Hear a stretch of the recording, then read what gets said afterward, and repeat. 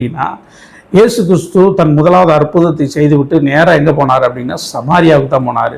சமாரியா அந்த ஸ்திரியை போய் சந்திச்சார். சந்திக்கும் போது அந்த சமாரியாவை பற்றி என்ன அவருக்கு அந்த நாட்களில் இருந்துச்சு அப்படின்னா பிரிவினைகள். சரியா, அந்த ஜனங்களுக்கும் இந்த ஜனங்களுக்கும் ஒரு பிரிவினை இருக்கும். ஸோ அவர்கள் இயேசு கிறிஸ்துவை அறியாதிருந்தார்கள். அவர்களுக்குள்ளே ஒரு வேறுபாடுகள் இருந்துச்சு. Political separation and spiritual separation. இந்த நாட்களிலும் உங்களுக்குள்ள ஆவிக்குரிய செப்பரேஷன்ஸ், பிசிக்கல் செப்பரேஷன்ஸ் இருக்கும் அப்படின்னு சொன்னா ஆண்டவர் என்ன சொல்றாரு, மறுபடியும் அவைகளிலே திராட்சை தோட்டங்களை நாட்டுவாய். 31:5. அப்ப திராட்சை தோட்டம் மகிழ்ச்சிக்கு அடையாளமா இருக்கிறது.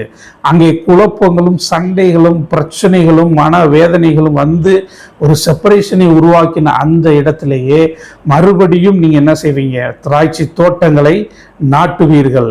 நாட்டுகிறவர்கள் அவைகளை நாட்டி, யாரு நாட்டணுமோ அவர்களை கொண்டு தேவன் அந்த மகிழ்ச்சிக்கு காரணமானவர்களை நாட்ட வைத்து அதன் பலனை அனுபவிப்பார்கள்.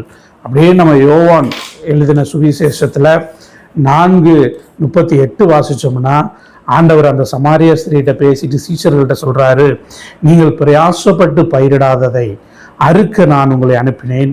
மற்றவர்கள் பிரயாசப்பட்டார்கள், அவருடைய பிரயாசத்தின் பலனை நீங்கள் பெற்றீர்கள். இந்த மாதம் உங்களுடைய பிரயாசத்தின் பலன் மட்டுமல்ல, மற்றவர்களுடைய பிரயாசத்தின் பலனையும் நீங்கள் பெற்றுக்கொள்ளுவீர்கள். ஆமென். நம்புகிறவர்கள் இந்த வார்த்தையை விசுவாசிங்க. நிச்சயமா இந்த காரியங்கள் உங்க வாழ்க்கை